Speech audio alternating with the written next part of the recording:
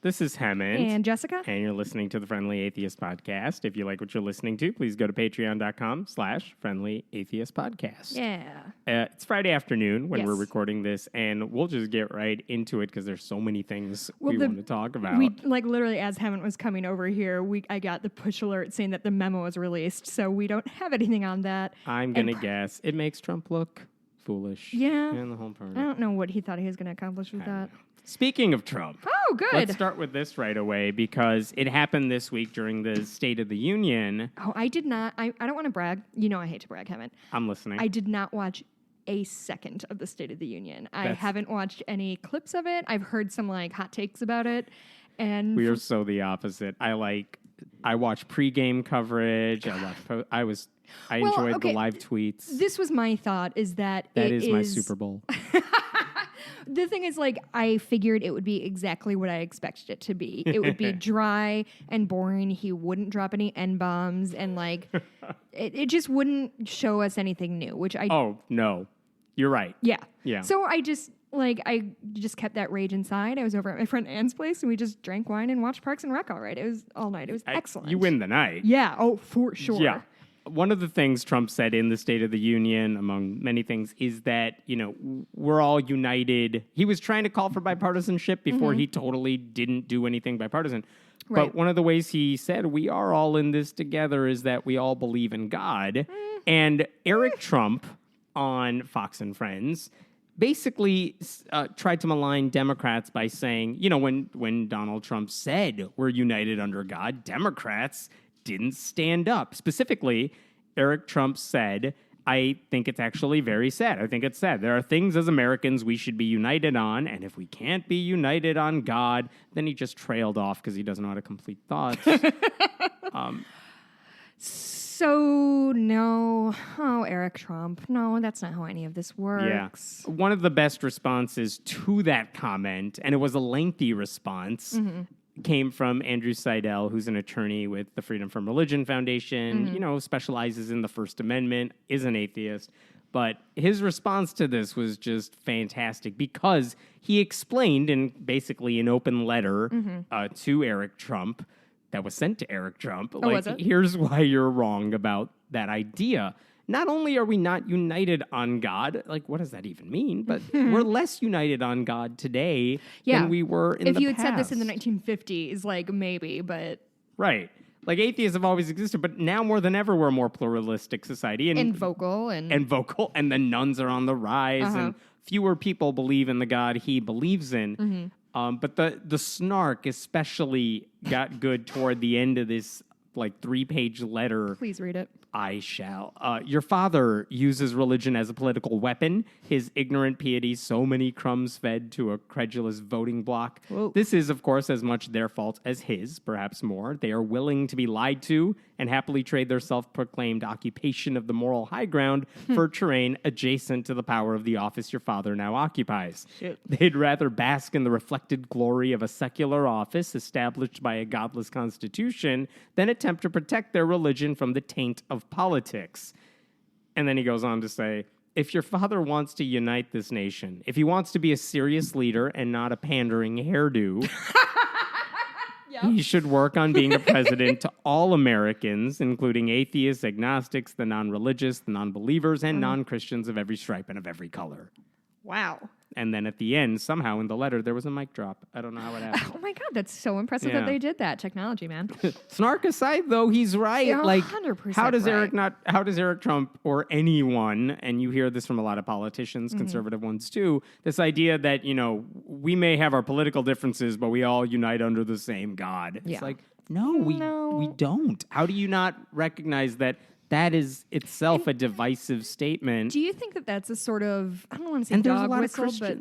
There's a lot of Christians, too, I should add, that don't believe Muslims worship the same God that they do, or that other monotheists worship the same Christian God. But do you think he's kind of doing a little dog whistle to, quote unquote flyover country of like Totally. Yeah. Yeah, this is the religious right rhetoric. This is the if you believe in God, specifically our God, even though they don't say that, Right. you're patriotic, you're a good person. That's why if they're singing, In God We Trust at a sporting event, but you're not standing, there's something wrong with you. Sorry, really quick. How does that song "In God We Trust" go? I'm sorry, did I say that? God bless America. That's what I meant. Sports ball, it's my thing. So anyway, like they just assume that everyone ought to believe as they do. Right. And actually, I don't even have this up in front of me, but there's a sheriff in Polk County, Florida. His name is Grady Judd. I just saw this morning, which Grady is why Judd is an excellent name. it's the most southern name. Awesome. I love it. You won't like this guy. Oh. What he was saying, he's the type of person, if you look at his reputation, what he's done over the past several years, the Okay. type of guy you would expect, like a Joe Arpaio type of sheriff who wants to just deport everyone who doesn't fit a certain mold. And what he wanted to say is, look, even if you're an undocumented immigrant here, but you're not breaking the law, you're a good person, I'm not going to come after you. That's what he intended to say. God, what did he say? And by the way, what he meant by that is like, but if you have any blemish on your record, I'm coming Sure. after you. That's what he really wanted to get at. But what he said is if you're not breaking the I'm paraphrasing, if you're not breaking the law, if you're good with your kids, if you are God-fearing, With your kids? if you're God-fearing, I'm not going to come after you. It's like, well, what does that mean? And by the way, I called the department. I'm like, I want to know what that means. They didn't respond to me yet. What does that mean? Like, if you're a Muslim immigrant, are you in trouble or are you God-fearing? Because it's not the right God. You know what I mean? If you're an atheist, but you follow all the rules and you're an undocumented immigrant, are you in trouble then? Right. What if you're a good, law-abiding immigrant who doesn't believe in What the I think is Christian God? interesting about things like this is I feel like when they say something like God-fearing, I don't think it occurs to them that anybody would take that other than like morally upstanding. Yeah, right? Like, and I thought about that. quote, Maybe unquote, he's just... God-fearing is just this sort It's of a like... figure of speech. Yes, exactly. Maybe he didn't mean it literally. Does that make it less fucked up? No. Right. So I asked them, did he mean it literally? The reason I think there's some... Why it worried me. If this was some other guy, I might be like, okay, figure of speech, he didn't mean it like that.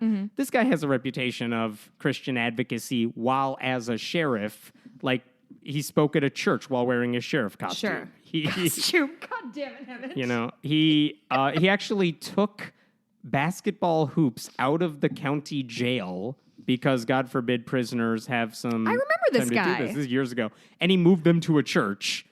I super remember This that is guy. I years might have ago. written about him. You might have. It was a while ago, but like that's what this guy does, which Yeah. makes me think this guy takes the whole theocratic aspect of his job pretty seriously. He doesn't misspeak on things like that. No. Yeah. And so I don't know. But this is what Donald Trump is saying too, that it's totally a dog whistle, like you were saying, to fly over country, but that's what they want to hear. And what bugs me is that even Eric Trump, who's younger, who's not Donald Trump, regardless of the affiliation, you would think he would at least get that, but of course he doesn't. He doesn't, or he does, and he just knows that he's talking to Fox News and like knows exactly what he's doing. Kind of in the Trump train. Yeah. This came out when I was in Wisconsin, and I just did a quick tweet that Trump and Hammond, I know this is going to shock you. Your close personal friend Donald Trump is not a feminist. What? I know. So not only is he not a feminist, which is honestly the least surprising thing I've ever heard in my the biggest response to one of the tweets was this breaking news: I am not a toaster. Like, yeah, dog, we know. So not only is he not a feminist, which he doesn't understand what a feminist is, which also If I have that right, he says something. Piers Morgan, was it? Piers Morgan, which, oh my God. He has his issues too. But he asked him, are you a feminist? And Trump said, no, because... what did he exactly say? No, I wouldn't say I'm a feminist. I mean, I think that would be maybe going too far. I'm for women. I'm for men. I'm for everyone. So all lives matter. Yeah, the feminist question. And that's a really frustrating thing that we kind of continue to bump up against is this idea of like, oh, I'm not a feminist because I don't hate men. And like, don't get me wrong, I am a feminist who deeply hates men, all of them. Come at me, guys.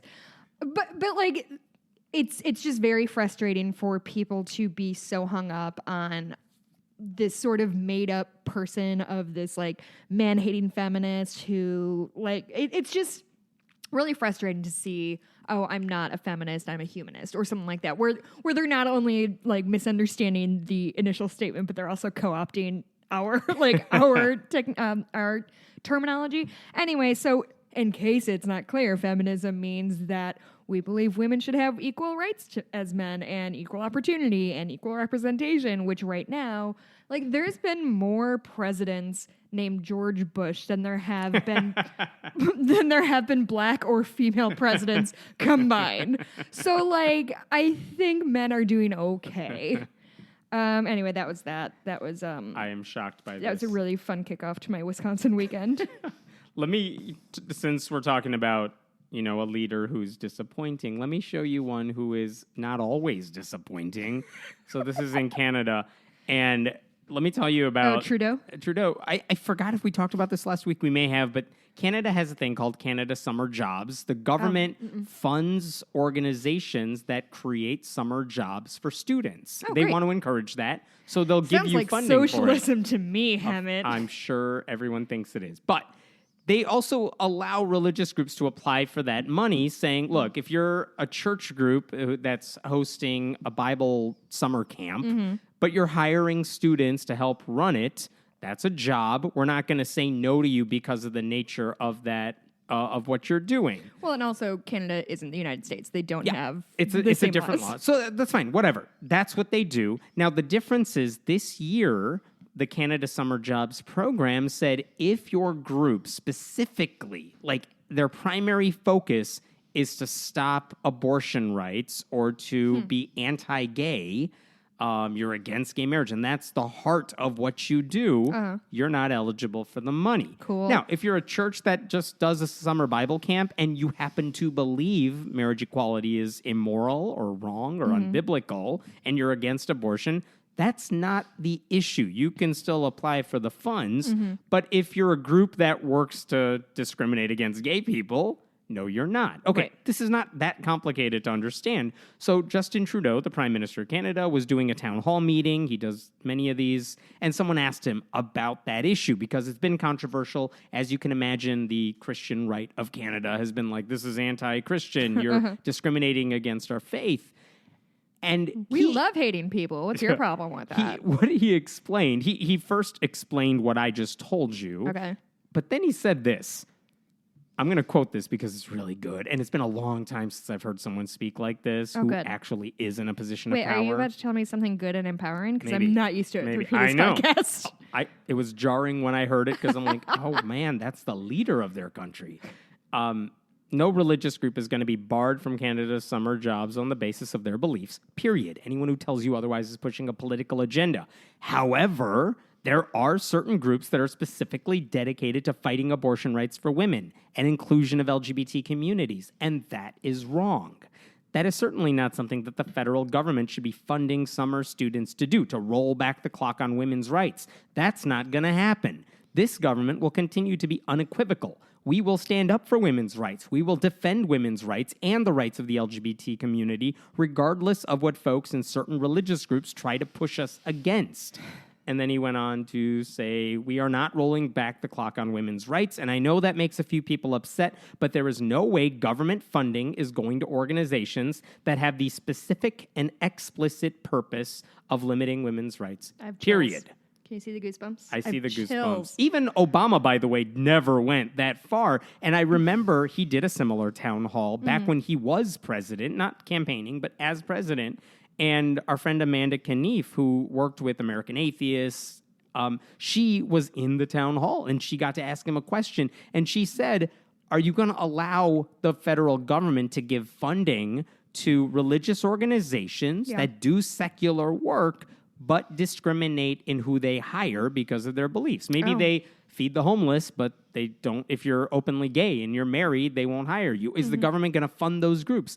And Obama gave a wishy-washy Obama-esque answer on that, saying, well, we have to balance both sides of this, whatever. And it was a disappointing answer. But like to hear Justin Trudeau, there was no balancing there. He was very clearly on one side of this issue.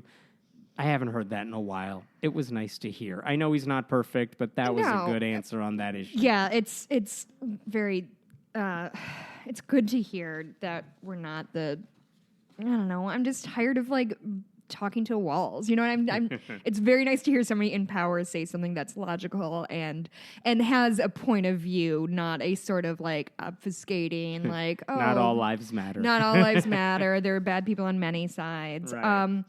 So I guess that's a good transition into kind of my a thing that made me super. I've got 2 abortion things on this, actually. Are you ready for the abortion? Abortion segment, 1, let's go. Segment of our program. Okay, so to start with, there is a gentleman, and his name, I swear to fucking God, is Tony Tinderholt, which, man, some of these names are excellent. Like, this guy is a... I've said this before. I have no comment on other people's names. Yeah, that's fair. Like, I mean, this guy is a monster, but he has an excellent name. What did he do? So he's a Texas state representative. He's a Republican.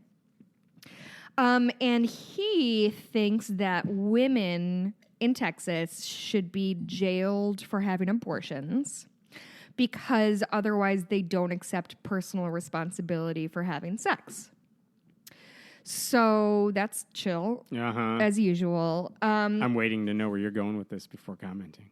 No, I mean, that's... So what if they get assaulted? What if they are raped? raped? I would love to read you from this. Because that has nothing to do with their personal responsibility. He said... So House Bill 498 has been named by Tinderholt as the... He's so fucking excited about this name. The abolition of abortion in Texas, which, come on, dog. And will likely draw another... So will likely draw another costly lawsuit for Texas taxpayers to fund in court. Under this bill, are you ready for this? There would be no exception for women who are abused, raped, or have fetal abnormalities. If a teen is raped by her father, she'd be forced to carry the child under this law under penalty of jail. Compassionate conservatism. Always. It's really nice. So Tinderholt backs this up. Obviously, he has some really good, like, scientifically based reasons. He said that women should be forced to carry the child because he's, quote, a firm believer that God creates children in his own image, regardless of how that child is brought to the world. It's created in his image. And how can someone want to destroy that? God has a lot of rape and incest on his mind, apparently. Yeah, that's sort of his jam. And he, so the reason that he thinks this is important is because he thinks it's too easy to get an abortion. Quote, right now they don't... In Texas? Quote, right now they don't make it important to be, they being women who have sex. Right. Like monsters. Right. They don't make it important to be personally responsible because they know that they have a backup of, oh, I can just go get an abortion. Now, we both know that consenting adults don't always think smartly sometimes, but consenting adults need to consider the repercussions of the sexual relationship that they're going to have, which is a child. Every time I think about sex, I think of what would Tony Tinderholt say to me? It's just... Let him be in the back of your head. Like, just the infantilizing of humans who have sex is appalling. And also the fact that, like, the thing is, he uses the term consenting adults, which would think that, like, maybe he does get some things because he is using the word consent, which is like, really far above where a lot of people... rape is bad.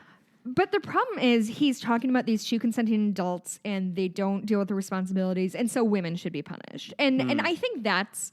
Things like this I find so enraging is because, like, it's fucking basic biology that it takes 2, like... Right. Do men get punished if the woman has an abortion? He certainly didn't talk about that. And it's just a really fucking exhausting line of thinking that, like...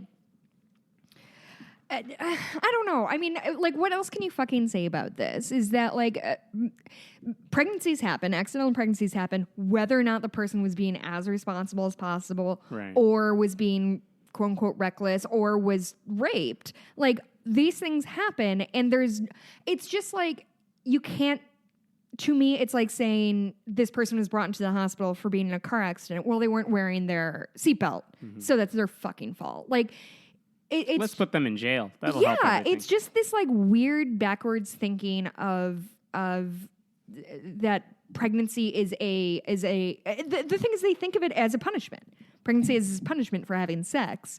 I don't know, guys. I don't fucking know. Texas Republicans. A Democratic state representative, Donna Howard, explained that that regulating women's health care should not be, quote, made by someone who has no clue what's going on. Yeah, that sounds about right. It's so ignorant to think that women are somehow irresponsibly deciding that they're going to go ahead and get pregnant because it's so easy to get an abortion. And for the legislature to insert themselves in these decisions, it's just baffling to me that he could have that lack of compassion and understanding for fellow Texans. Blake Rocap, who's from NRAL.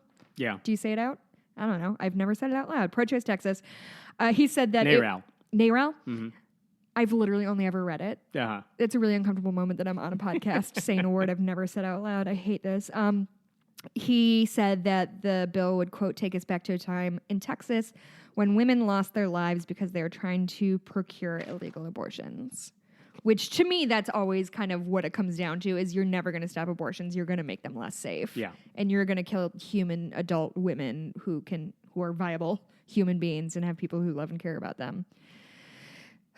So I'm not ready surprised. to get... The question is, how far will this go? Texas is dominated by Republicans, so these types of bills can get signed, but as you mentioned, lawsuits would be coming too, and presumably the lawsuits, the people suing would win out because you have a right to an abortion. Yeah. Okay. Let's talk about someone else who has no clue what they're talking about. There's a woman named Gloria Copeland. She is a megachurch. I don't know if she runs the megachurch, but her family does. I'm sure she doesn't. And I'm sure her also husband does. in Texas, I believe. I think. Sure, why not? Gloria Copeland says no one needs a flu shot. Ever. And the reason, guess why you don't need a flu shot? Oh my God, I've seen this headline, because Jesus got a flu shot? Because Jesus got a flu shot was for that what all it of was? us. Okay, I read that headline, and I think that you wrote it, and I was like, well, that can't be right, and just kept reading, because that's the dumbest thing I've ever heard. She said in her video, "Flu, I bind you off the people in the name of Jesus. Jesus himself gave us the flu shot. He redeemed us from the curse of flu. And people who don't have the flu can protect themselves by just declaring, I will never have the flu. Inoculate yourself with the word of God," she said. Because when Jesus was crucified... What the fuck are you talking about? You know how Jesus died for your sins? Yeah. That also meant he took a flu shot so you don't have to get one. I'm not joking. That's what she was getting at. Wait, okay. See, this is honestly, when I read that headline, I thought this is what she was saying. I was like, well, that can't be true. I'm accidentally reading The Onion again.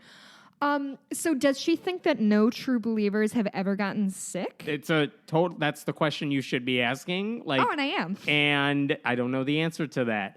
What happens if you get sick? Does that mean Jesus is angry with you? Because there are people who believe that. But she didn't even say, I had to be a true believer. I'm going to go back on my own thing. She didn't say you have to be a true believer. You just have to say, I will not get the flu. Yeah.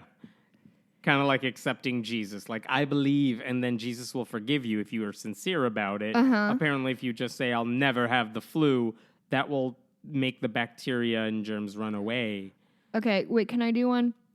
I'll never need glasses again. I have negative 8.5 vision. Wait, well, I still have my contacts in, so... See, God would have melted them away. Oh, shit. So here's the thing about what she said, though. You would think of all people to say, don't get your vaccines, don't get your flu shots. Yeah. She would know better because 5 years ago, guess whose church had a measles outbreak? Get the fuck out of town. Uh-huh. Are you kidding? Eagle Mountain International Church had a measles outbreak with 8 people having the measles in their church. Measles. That was patient zero in their church, to the point where not Gloria Copeland, but I think her daughter or her niece or something said to the congregation, posted this on the website at the time, you all need to get vaccinated because all that irrational thinking about vaccinations was flooding her church. So she, at the time, wrote, hey, some people think I'm against vaccinations. That is not true. Vaccinations help cut the mortality rate enormously. I believe it is wrong to be against vaccinations.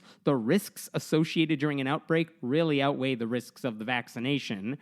this is what they said 5 years ago after the measles outbreak, and yet here's Gloria Copeland saying, who needs a flu shot? The actual fuck. Yeah, and maybe she doesn't care because just the other week we talked about this, her husband got a $65 million private plane, so maybe she thinks... Oh, that's her husband? That's her husband. So, like, maybe she thinks, if the flu comes, I'll just hop on my plane and fly away to safety. He had shiny suits. I liked that about him. But... wow, that's... You know what's funny is I've been...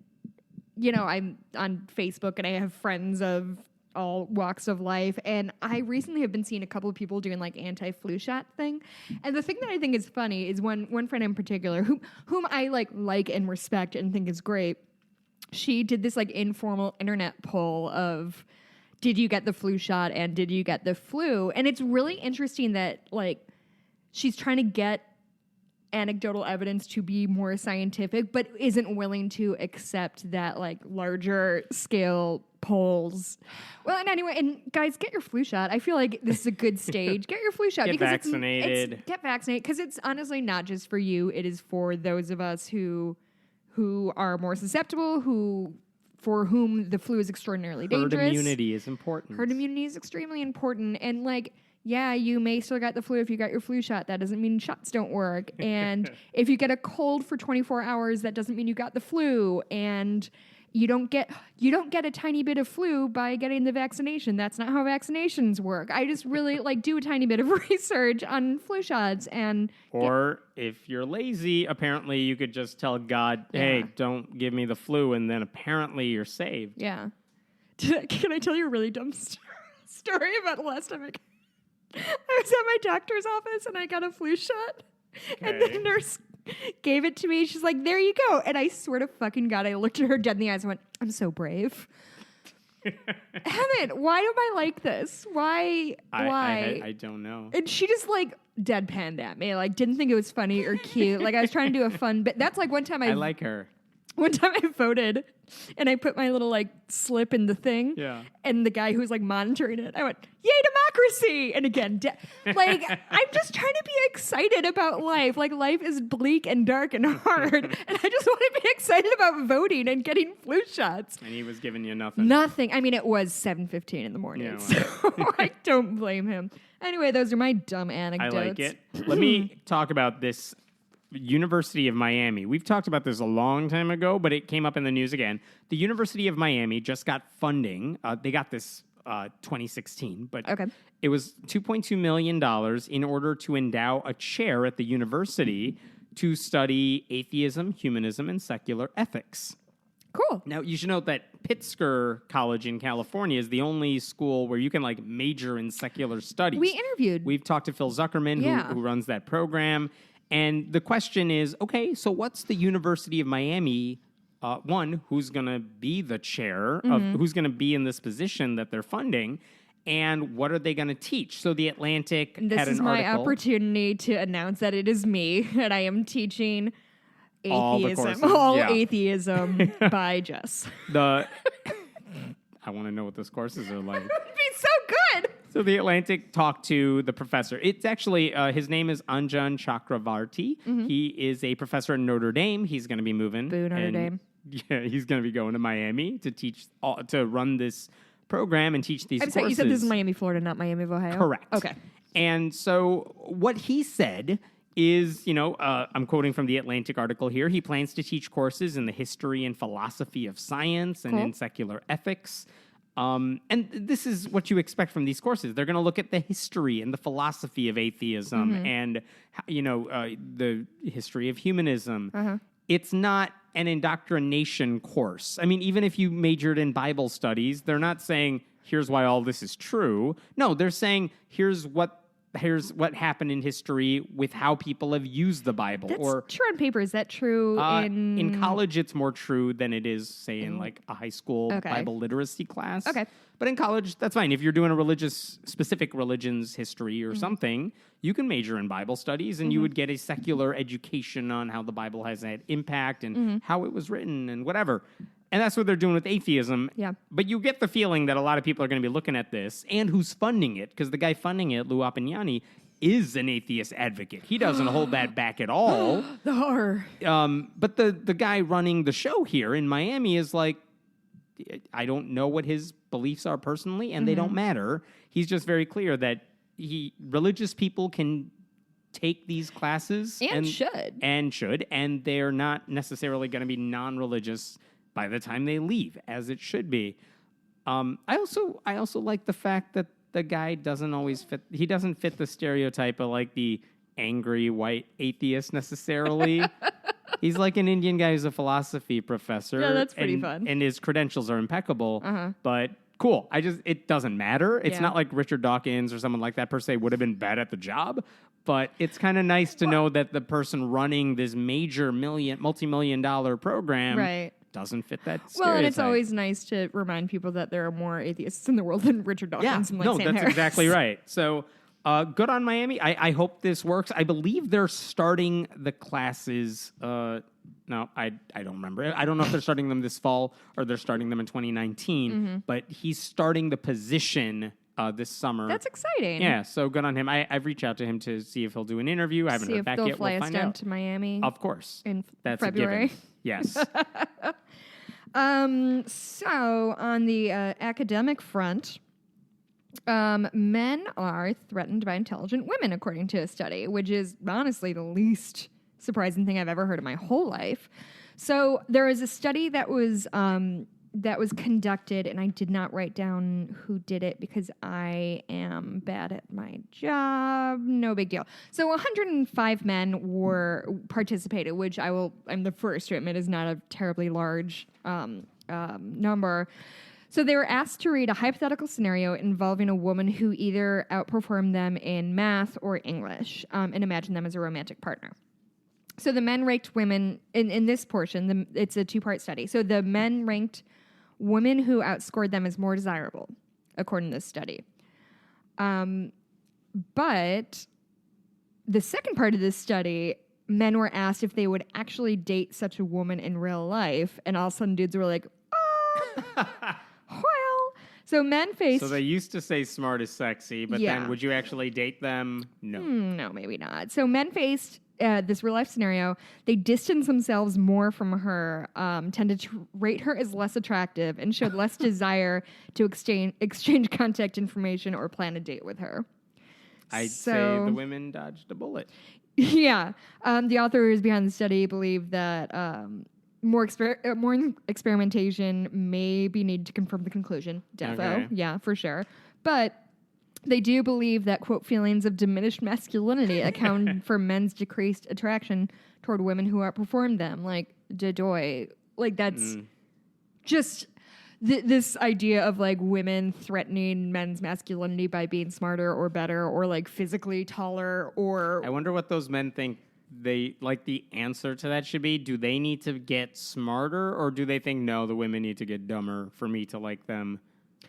If I had to wager a bet, it would be that they've painted this idea of a woman who is smarter than them at, like, behaving the way douchebag men who think they're smarter do, and that, like, they're know-it-alls and really over-pushing. So they've painted this illusion, like basically a me, of like just lording their opinion over other people, but they assume all women who are smart are also obnoxious, as many men are. That's just my guess. It's based on literally nothing.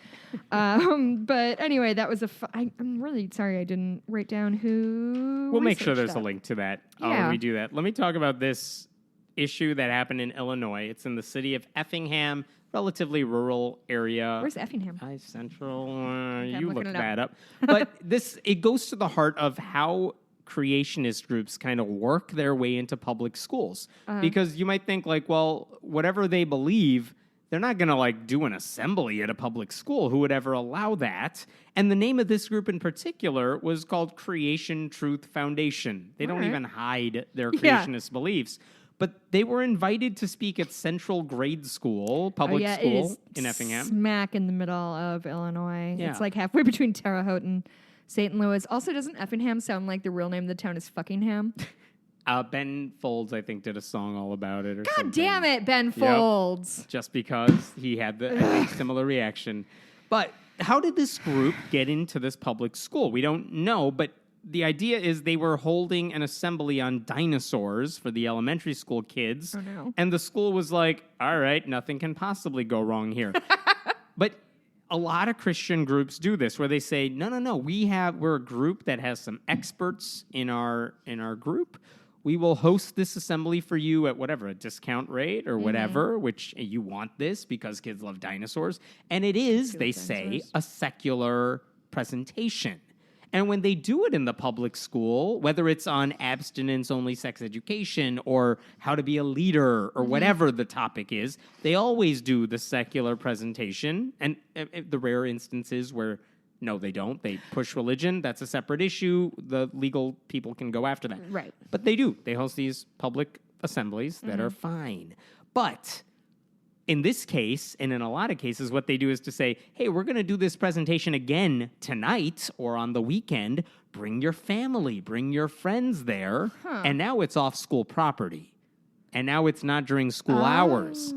And in what happened in Effingham, what happened in Effingham is these kids brought their parents on Saturday to the church where they were going to hold this. They weren't even hiding this one. And all of a sudden, they got the dinosaur, like the Ken Ham dinosaur story, which is, dinosaurs were on Noah's Ark. They're only a few thousand years old. Yeah, you can ride the dinosaurs. But in fact, one of the parents was like, they said Tyrannosaurus rexes ate vegetables. They said there were dinosaurs with Noah on the Ark and that evolution was a myth. Oh. And this parent was surprised by this. They weren't used to this.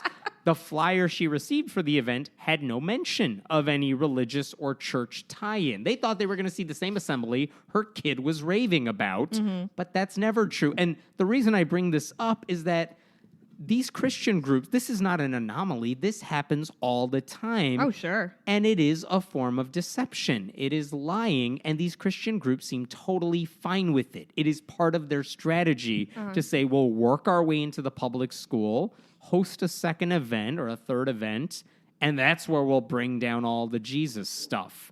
They're very open about this. This is how they do things.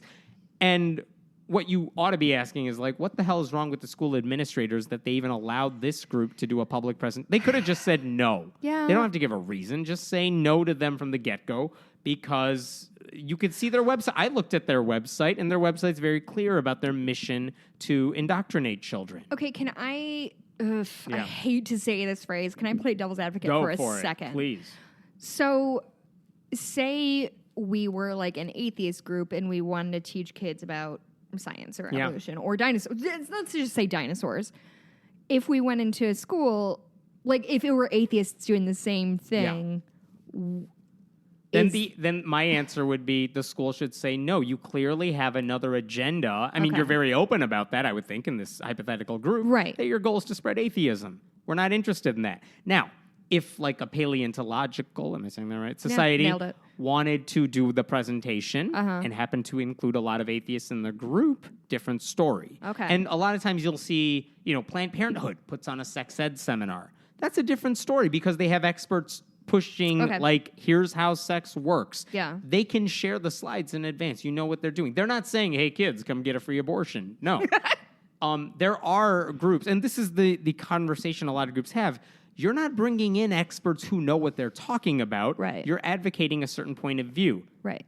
Those groups should not be coming in to do these ostensibly secular presentations. Okay. But when you have experts, when you have sex education experts who have training in that field somehow, or dinosaur experts who are paleontologists or whatever, that's a different story. But when it's like American atheists, I love them. They should not be doing a presentation on science. I want like the Field Museum to do the presentation on science or some science group doing it. Different story. And what I don't get is why these administrators were just like, yeah, Creation Truth Foundation, who cares what you believe? Yeah. It seems so obvious. In hindsight, when you're like, well, let me just look at their website. Oh, look, Jesus is everywhere. How did the school, what was the vetting process? I have no idea. And it's not that the school did anything illegal by allowing them in to do a secular presentation. No, it's that they're stupid. Yeah. I don't get it. Or it's a bunch of good Bible-thumping, God-fearing, people from Central Illinois, and they legitimately don't see any problem with a church-backed thing because nobody's ever pressed them on it because they don't live in a metropolis where they have to deal with alternate points of view. That's entirely possible. If everybody is Christian, then like who should have a problem with the Christian coming in? And I'm not saying that's right. I'm just saying I'm sure it's more. No one wrote a letter to the school saying you did something wrong because they didn't. They hosted the secular presentation. Right. The point I want to make is that these Christian groups do this all the time. They hide their true agenda for a later time. Yeah. And they're not open about it. It's not like they say, we're doing a religious version of this tonight. Bring your parents and friends. That's a good point. They say, hey, we're doing this presentation tonight. Come on down. Bring everyone you know. Then they sneak all the Jesus in there, and they're lying about it. Similar that they did. They rent school property, and it's like I can't think of what it's like. Churches can rent school property all the time for weekends. We specifically interviewed somebody years ago about the fact that God, what was the name of it? Anyway, it was just like that they would. There are plenty of public schools that will say, "Hey, we have church here on Sundays because the group's renting it out," and that's fine. But there are limits to where the signs can go, when you can advertise and put the sign out front saying church is in here. Yeah. If they're doing that during the school day, we have an issue. And that's sometimes where the lines get crossed. I'm still not super crazy about like teaching church in a public school. Doesn't bother me as long as they're paying fair rental price and everything. I guess, but I don't like conflating school. Anyway. Yeah, but that's what the rules are there for. And everyone has to abide by them. And it's only when they break those rules that there's a problem. Yeah. The problem with this thing is that they're manipulating the kids and they're being sneaky about it. Yes. It's not illegal, but like you said, it's unethical. It's not illegal. It's shitty or unethical, as somebody smarter than me might say. So here's a thing I wrote. I guess we're just letting Mel Gibson back into Hollywood, huh? So first of all, he was just in a sequel movie, Daddy's Home ? Does that sound like the right thing? I don't. Sure. And I think Will Ferrell was in it, and I think one of the Wahlbergs was in it, the one who shot a guy. He's not a great guy. Anyway, so I thought we as a people had decided that Mel Gibson was just sort of donezo vis-a-vis having any public influence. I was wrong. He is famously anti-Semitic. He is famously misogynist. He definitely called a cop sugar tits. I think that is enough to say, like, hey, dude, you know what? You are a zillionaire. Just, like, go on an island somewhere and chill for a second. No, he's back in the game. He's in this dumb movie that I'll never see. But he's making movies again. Guess what movie he's making, Hammond? Tell us. A sequel to 2004's The Passion of the Christ. Christ Resurrected. Christ Resurrection. I think there was a Simpsons episode about this. I'm not sure. So... Which makes you wonder what's the third movie going to be about? Because you know the third... God. They made so much money on the first one. So much money. Which makes... First of all, Jim Caviezel, the actor who plays Jesus, is like, this is going to be the biggest movie ever of all time. He's 49, and even an idiot like me knows that Jesus died at 33. Like, come on, dude. Right. Yeah, he said that there are things that I cannot say that will shock the audience. It's great. Stay tuned. Which that was what Passion of the Christ was... You can't shock the audience when the material's already out there. I know how the story ends. You know that's not true because in 2004, when Passion of the Christ came out, people were like fucking fainting in the aisles because I've never seen it, but my understanding was it was graphic. Real graphic, which I mean the resurrection, I feel like you knew what was happening. Yeah, like, that's true. Oh, Jesus is going to get tortured or whatever. The resurrection is necessarily not graphic. It's like, oh my God, he rolled the fuck out of that boulder. And we don't get to see him appear, which makes the movie even more difficult. Mm-hmm. So you move the boulder, he's gone. I don't know if that's the end of the movie or the beginning. I mean, it's going to be short. I'll tell you that right goddamn now. I won't tell Caviezel says, I won't tell you how he's going to go about it, but I'll tell you this much. The film he's going to do is going to be the biggest film in history. It's that good. Mm-hmm. I don't think it started filming yet, but Jim is... super optimistic. So yeah, the question then is, okay, Mel Gibson can, if he's a zillionaire, he can make the movie. Mm-hmm. Who's working with him to distribute it? And Jim Caviezel. Yeah, right. It's a two-hander. Which company is putting this out, and what's the backlash going to be when it does come out? Especially, I don't think there's going to be a backlash. You don't? I don't. I think that people who were on board with the first Passion of the Christ, I don't know what could have happened in the last 14 years now that would, like, a movie came out in 2004 directed by Mel Gibson that graphically showed the death of Christ. I just don't understand, like, what could happen between now and then that would not make them, like, put down their money to see this movie. One article that I read about this issue actually pointed out that one difference, because you're right, the conservative Christian audience may very well want to see a follow-up to that that's all about the resurrection.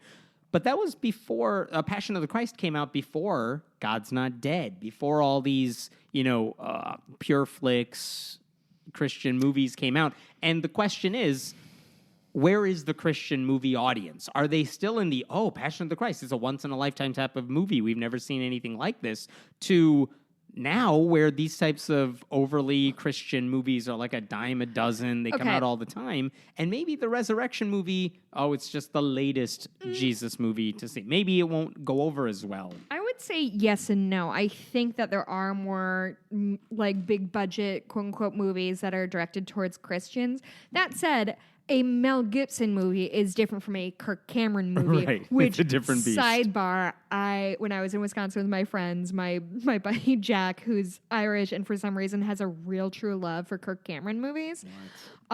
We all had, my friend Holly made a vegetarian tater tot breakfast casserole, and we had mimosas, and we watched this movie. I'm vegetarian. I don't know what the hell you're talking about. It's very good. I could not recommend it. It has like soy chorizo. Could not recommend it more highly. And had mimosas and watched this movie Fireproof, and holy fucking shit, it is amazing, to the point that I'm going to have Jack and Holly on my Fables sideshow. Yes. I'm going to call it a sideshow. That's not what I meant to call it.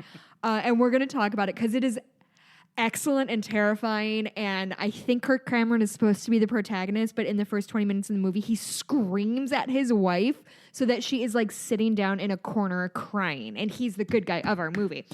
Anyway, but all that's to say is, yes, there are movies that are catered to a Christian audience, but I don't think on this budget, because even if you look at like the Noah movie, that wasn't for Christians by any stretch. That wasn't like a Christian-themed movie, whereas I think this kind of is. And I think that even just people who liked The Passion of the Christ, which I mean, I've never seen it. I'm sure it was fine. I don't think it's any Jesus Christ Superstar, but whatever. But people who saw that will see this. The songs weren't nearly as good in Passion of the Christ. Oh my God, they're not nearly as catchy.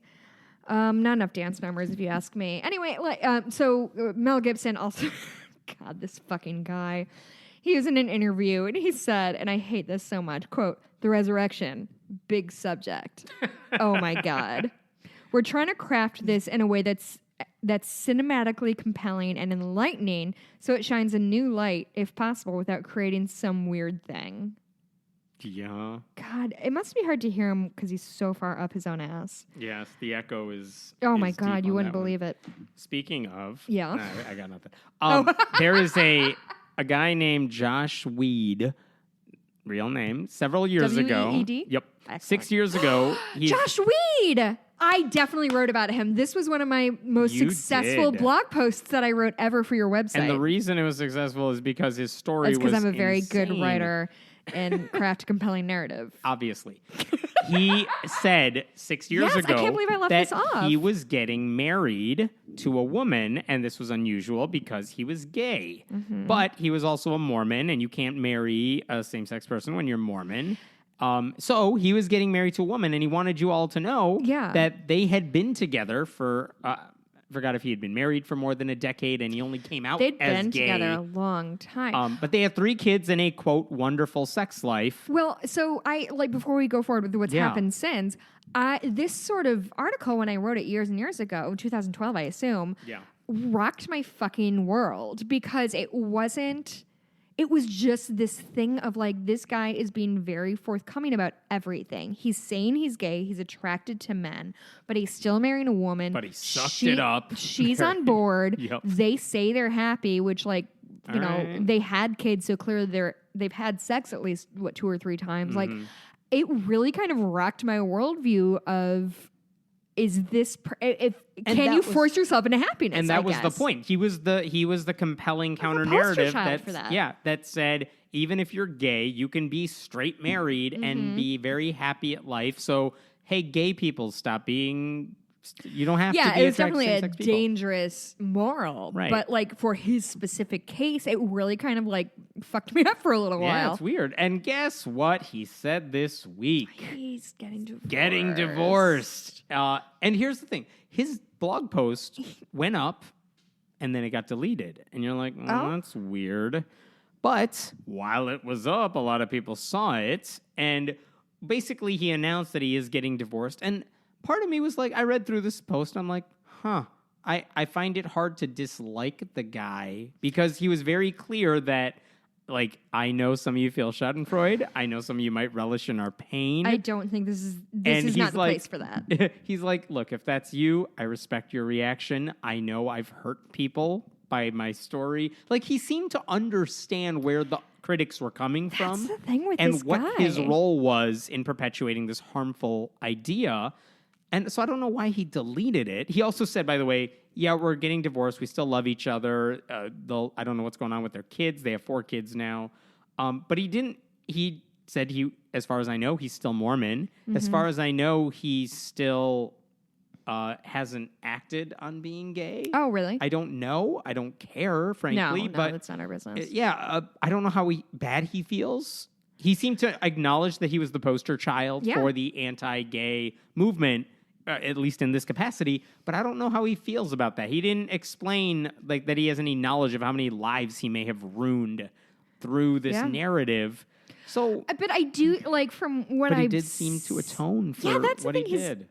He seems to be aware. Like I find this guy to be fucking fascinating, and not in like a clinical like I'm a bitch way, which also I am, but like there's just something about his sort of cards on the table nature that I really respect of like. Here's what he said that goes to what you're talking about. We're sorry to any LGBTQIA person who was given false hope by our story or who used our story as part of the basis for their life decisions. Goes on to say, I'm no different than you, and any degree to which I held on to the idea that I could be gay without being gay was, I see now, a manifestation of lingering internalized homophobia born of decades of being told this part of me was evil. Like, he seems to get he gets it. I really, what else really, do you want really this want guy? to sit down and talk to I know. him. I part of me is like, as a critic of everything he did, I'm like, I don't know what else I want this guy to do at this point. That's the thing is like there's two sides of that. I wish I had reread what I wrote 6 years ago or whatever because I want to see kind of what my reaction was then. But now it's like, yes, he was perpetuating really shitty shit about if you're gay, you don't have to be gay and like all that shit. But like there was something I respected that he was like, this is I guess I would put him against people who have been to like those like gay conversion therapy who are like, oh, I have no like gay thoughts anymore. I'm super into dudes or I'm super into women now, and like all of that gay shit has fled from me. He didn't do that. He didn't say I was cured. He just said, I acknowledge this is a part of me, but also I am choosing to not do that. And I'm not saying that's right or wrong, but at least he was fucking straightforward with us, right? Yeah. He brought to mind for me a lot of those like Republicans who supported everything George W. Bush did. They ran against Obama. They said horrible things when Obama was in office. And now they're anti-Trumpers. And now they, are horrified by what the Republican Party has become, and they're open about it. Yeah. And part of me appreciates that they're saying this stuff now, and part of me is like, but you effed everything up for so long, and so I don't really feel happy for you. I appreciate. I would take that over a Paul Ryan any day of the week. Sure. I would take somebody who, whether I agree with their morals or not, I would certainly rather somebody who at least sticks to their morals than someone who just wants to make sure abortions are all banned so they'll say and do whatever they need to. Maybe a better analogy for me is someone like Jeff Flake, the senator from Arizona, who is so much, everywhere he goes, he's like the spokesperson for Republicans in office, in positions of power, who are constantly saying they're horrified by Donald Trump and they hate everything the Republican Party is doing right now. It's not the party they joined when they were younger. And then they vote with everything he does. That's like 100% right. You're part of the problem. There's a great Twitter account that makes me laugh all the time. LOL GOP. Love it. But one of the things they were constantly tweeting over the past week is like, if John McCain's really upset by the Nunes memo being leaked and Jeff Flake is horrified by it, you know how you could stop it in a heartbeat? If all of you and Susan Collins and Lisa Murkowski came together and said, if you do this, we're not voting for any of your judicial appointments. We're not supporting anything you do. That's it. It would end in a heartbeat. And they won't do that because they don't really want to put their money where their mouth is. No. And in the case of Josh Weed, you know, his apology and his complicity in all of this, to me, it rings hollow unless I know what he's doing now moving forward. I get that he apologized. I appreciate it. That's nice. It means nothing to me unless I know you're now going to spend your time making sure no other... Like, what are you doing in the Mormon church? No, yeah, you're right. Stop it. Get out of there and start condemning it. Or start saying, like, I'm not going to be part of this church and I'm going to speak out against the Mormon church until they change their ways. Like, do something useful instead of staying in the Mormon church that still holds all these harmful beliefs. You're right. And I do always find that really tricky because I think it's really easy for people to compartmentalize their beliefs because I think it's... And people do it all over the country of like, oh, the Catholic Church, how many Catholics do you know, right? Like, they all know the Catholic Church has done some really bogus shit with regard to their priests being fucking monsters. But just because they acknowledge that doesn't mean they don't believe in Catholic doctrine anymore. And I feel like it's the same thing. Like, I don't think it's necessarily fair to say, like, he needs to leave the Mormon church and start speaking out against it. If he still believes in Mormonism, like, people compartmentalize much bigger shit than that.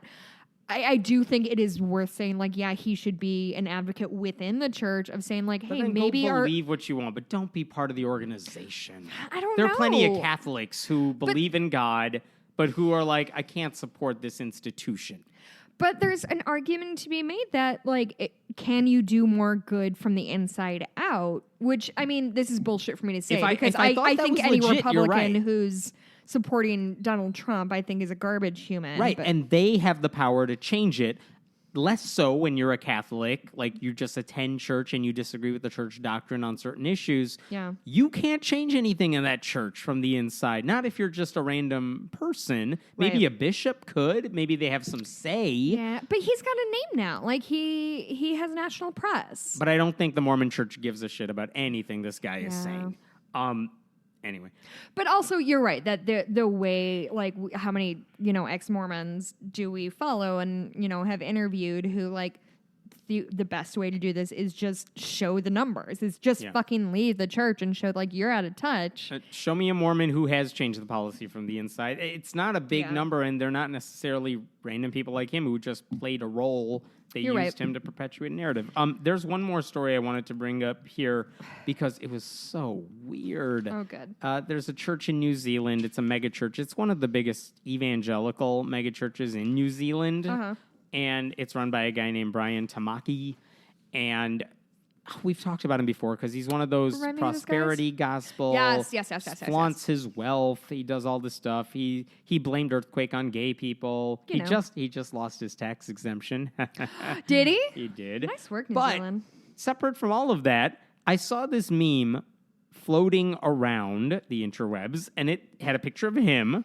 And it said, supersize your faith in a hot church with a hot preacher. We talked about this last week. We talked about that? So we did. We mentioned it. And you called me out for, like, hashtag fake news. I thought it was fake news, and I responded to the church at the time. Everybody take a moment because I think Kevin's about to tell me I'm right about something, and I'm so fucking excited about it. Not quite. Damn it! At the time, here's where we were last week with this story.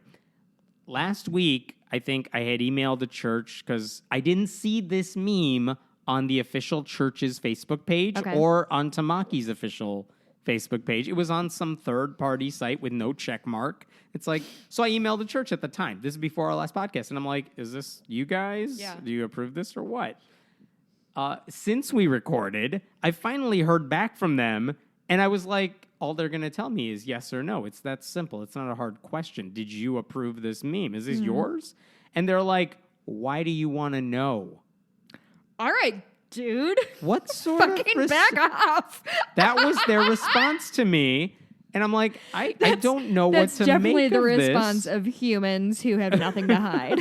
I'm like, what? What do you mean? What I'm trying to help you out. If this is fake, I would like to help You're like, point my that idiot out. co-host already called your ass out. Help me defend you. Yeah, tell me if this is real, because if it's real, we can criticize it. Or if it's fake, we can at least tell people it's fake. But I know the local news in New Zealand, or at least the news stations, were acting as if this is real. Yeah. And I want to know if it is or not, so I'm asking you directly. And they gave the weirdest response to that. Fucking weird. And so I wrote back, I'm like, well, I just explained all that. I'm like, well, I just want to know the truth. Yeah. So is this yours or not? Haven't heard back since. Weird. I just thought that was the strangest answer. Like, why can't you just give me a straight answer? That's so on this? suspicious. Mhm. That's very strange. Anyway, Do you have anything else? I'll be done. I have one more thing. So we already talked about abortion a little bit. I'm going to talk more about it because, David Brooks, buddy, you fucked up real good. So David Brooks recently wrote an op-ed in the New York Times about how Democrats who continue to place women's right to choose and abortion rights as high as they do, which I think is an appropriate, as a human with a uterus, is an appropriate amount of importance to put on it. He basically blamed that on why we have a Donald Trump in office. So he wrote that pro-life / anti-abortion, whatever you want to call it, in the 60s, 70s, 80s, it used to be a very liberal stance. But then the GOP kind of glommed onto it. People became single-issue voters, which is really, really common from my understanding. So they consider the quote killing of the unborn the great moral issue of our time. Without pro-lifers, Ronald Reagan would have never been elected. Without single-issue voters who wanted pro-life judges, there would have never been a President Donald Trump, which I do understand. And I understand why he's bringing that up as, let's look at the big picture instead of this one thing. So but here's what he says. He says that I understand our donors want to preserve a woman's right to choose through all 9 months of her pregnancy. But do we want late-term abortion so much that we are willing to tolerate President Trump? Do we want it so much that we give up our chance at congressional majorities? Do we want it so much that we see our agendas on poverty, immigration, income equality, and racial justice thwarted or defeated? So the best case interpretation of what he's saying is, hey, Democrats, this is an issue that riles up the right. Mm-hmm. Why are you making a big deal of this when it could tip the election in favor of Republicans? Mm-hmm. It's to your strategic interest not to fight against this 20-week late-term abortion ban, which 20 weeks is not late-term, by the way. That's about halfway through a pregnancy. Right. And it rarely happens, abortions, after that point anyway. And I'm glad you kind of summed that up well, because I do get fundamentally what he's trying to say is, are all of these other things worth, in the scales of what's important to us, is quote unquote late-term abortion worth it? So first of all, and I've said this on this podcast before, and I will continue saying it for the rest of my life, my physical health and decisions about my body is not a fucking bargaining chip. Yeah. It's something I believe I have a right to as an American and a human fucking being. What you do to hand at me that... No, I was going to say this is the response that I think makes the most sense, which is that every time they talk about Democrats, let's talk about strategy. What are the issues you shouldn't care about? Mm-hmm. It's always like women's issues or LGBT rights or human beings. My rights have been up on the chopping block every election for fucking ever. And I'm honestly really, really, really tired of it. So I wrote this at like 10:30 in the morning, and I wrote in bold, it's too early for me to be this angry. Like literally I would read through this and like get like the rage fire in my heart. So he said also, and here's the things I want to give him. I want to make sure what he has said is portrayed accurately when I talk about this, because I do not want to be the person or accused of like you pulled a paragraph out and gave it its worst possible reading. I really want to make sure we all understand what he's trying to say. And I get why he would say that as a man who was never going to be pregnant in his whole fucking life. He said, let's try to imagine what would happen if Roe v. Wade was overturned. The abortion issue would go back to the states. The Center for Reproductive Rights estimates that roughly 21 states would outlaw abortion. Abortion would remain legal in probably 20 others. And there's a good chance that a lot of states would hammer out this sort of compromise that European nations have. That is illegal in the first months, difficult after that. That's what most Americans support. So I think the whole states' rights issues always feels like kind of a red herring to me of, oh, it shouldn't be a national thing. It should be down in the state. But it really, as somebody who lived in 2 red states for an extended amount of time, I don't think the right to my health and well-being should have borders on state lines. I don't, like, if I got pregnant in college and I was a 19-year-old idiot who wasn't ready to have a kid. If I had gotten pregnant, like, I would hope that the fact that I was 200 miles away from Illinois didn't mean it would change the course of my entire life, because fucking Mike Pence, I don't think he was governor when I was there. I wouldn't have had anything to do with that. Anyway, it just, like, this whole states' rights things just feels like obfuscating to me. It feels like, oh, well, the states, as if the states are this sort of, like, en masse voting perspective, as if everybody who lives within a state has the same perspective. But somehow when that goes national, oh, it's not fair for us to say everybody believes the same way. I think it's fucking garbage.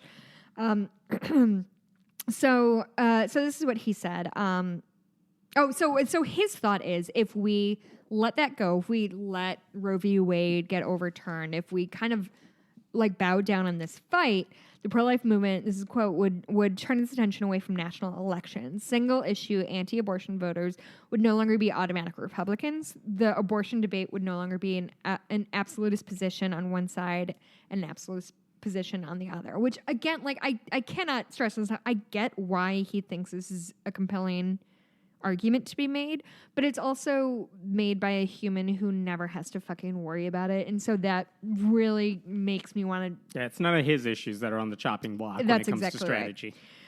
Right. And he also talks about we support the right to choose throughout the 40 weeks of pregnancy, which is a really fucked up way to put it. And I think anybody who's honestly looking at this issue understands why. Nobody is 38 months pregnant. 38 weeks, yeah. 38, thank you. Nobody is 38 months pregnant. I said a correct thing. Nobody's 38 weeks pregnant and goes to Planned Parenthood and says, I want to have an abortion. Like, that's just not... this came to me now. It's just not how the fucking world works. And if you think women who haven't thought about this decision before they ever even, like, kind of become pregnant... If you don't think they think about that all the time, then you're a fucking idiot. And if you don't think that, like, if somebody did decide later in their pregnancy that they didn't want to carry this baby, if you think it was just, like, a fucking whim, then, like, fuck off. Like, you don't understand what's going on.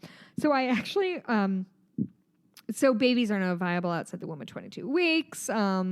Scientific, it's just about how, like, oh, technology is changing the way we see fetuses.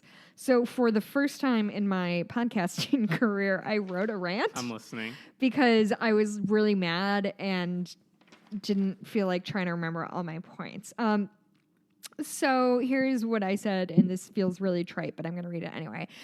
This is a fundamental misunderstanding of what it means to be pro-choice. It's rare to the point of absurdity that somebody elects to have voluntary abortion past the 20-week mark. These procedures are by and large performed to save the life of the mother, or in the cases that the fetus has little or no hope of living anything other than a short and extraordinarily painful life. Or let's not forget that if the fetus is actually dead, we on the pro-choice side think it's cruel and unusual to force a woman to carry a corpse to term against her will, which is 100% what would happen if a 20-week plus week abortion was banned. The problem here that Brooks is giving into GOP talking points. They've created this fantasy world where late-term abortions look like the chest buster from Alien. I know I read that. That was dumb. That's specifically not the case. And to pretend otherwise is giving up what we have on our side, which is logic and sympathy and kindness, so that many women who are forced into a painful decision regarding an off-wanted child have to make. So that's what I wanted to say about that. Oh. Don't sarcastic clap at me. That's not sarcastic. I like that. Anyway, I wrote that this morning because I was really mad. And one of our Twitter followers insisted that I drink during this, and I did, and I don't regret it for a fucking second because I've been dreading talking about that. I'm really fucking... By the way, Doug Jones, Alabama. Yeah. He fucked up on something, didn't he? I'm sure he did, Okay. but he was very clearly pro-choice. He didn't hide that. Even in Alabama, it didn't stop him from winning. Sure, Roy Moore was a horrible candidate, but it didn't stop him. Doug Jones. Yes. And so you can run in a red state and be pro-choice, and you don't have to hide it, and you don't have to cower it in other language or anything. And I think... And you can do okay. I think the thing that Brooks is suggesting that is wrong is that if you're a Democrat, especially in a swing district, especially in a red state, it's to your advantage to keep it on the down low or not mention it at all or change your views and be a little more flexible with that stuff.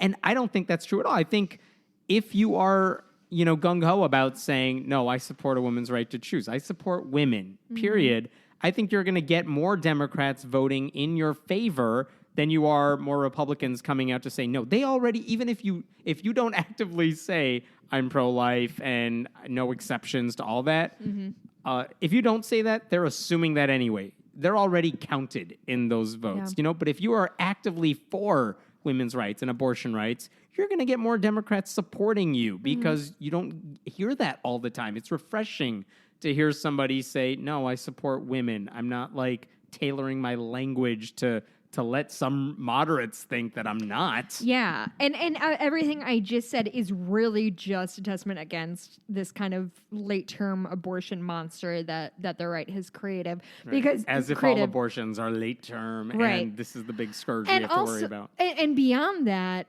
it is, and I'm sure I've said this a million times in the podcast, if you want to curtail abortion, then don't make abortion illegal. That's just going to fucking kill women because women from the beginning of time have tried not to be pregnant. It is a thing because pregnancy is hard and physically taxing and emotionally taxing. And at the end of it, you have 18 years of a human person you're responsible for. And so I didn't even touch on the fact that if you want to lower abortion rates, you educate people on how you become pregnant and not pretend that if a dude comes in the next room, it's going to knock you up. Things like that are not helping. It is explaining how contraception works. It's explaining what your options are if you did have unsafe sex. It is, maybe explaining to men that raping a woman isn't cool for once in our fucking life in this country. There's so many ways, or on the other side of that, making sure kids have access to birth control feels like a pretty pro-life thing to me. Or if a woman has a kid, make sure that kid has a person to look after it while the woman is working a minimum wage job in this hypothetical situation I've set up. It's all such garbage. And that's why I think, and I will say this. I kind of shirked against somebody called me out for using pro-life instead of anti-choice or anti-abortion. And my hackles went up because I'm not super right with criticism, as we've all heard. But no, they're right, and I was 100% wrong because these people are anti-abortion. They don't give a fuck about life. They don't care if a human is starving in the streets. They care if a fetus is aborted. And that's garbage and the most intellectually dishonest stance a human could have. Anyway, that's my thing. I'm going to stop clapping for me. It feels sarcastic. It's not sarcastic. Did you see how quiet Dottie was? Dottie was good she today. She slept the whole time. Oh, look at that stretch. She's such a good girl. Where can we find you at? Oh, are we done? We're done.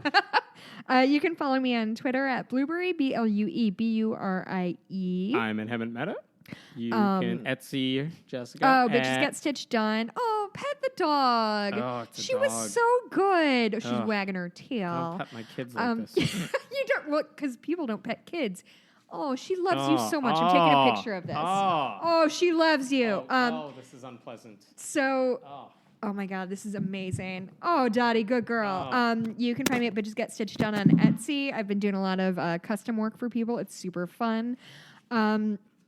I just wanted to remind you guys, in a few weeks, we're going to have a special episode go up that is the pilot for my Donors Only podcast, but we're going to put it on this stream. So I'm in the middle of reading Jennifer Government. My brother and I are going to talk about it. My best friend from Kentucky and I are going to read Bad Feminist. My friends Jack and Holly, who we just watched Fireproof with Kirk Cameron, we're definitely going to talk about that because it's going to be fucking incredible. My husband and I are going to read Tranny and talk about it. I'm super fucking stoked about this thing. And yeah, if you like what you're listening to, you can go to patreon.com/friendlyatheistpodcast. So my any $1 donation gets the bonus episodes. Gets the bonus episodes. They're not out yet. They will be out shortly. What else? Is that it? Is that all we have? Yeah, we'll see you next week. Yeah, thanks guys.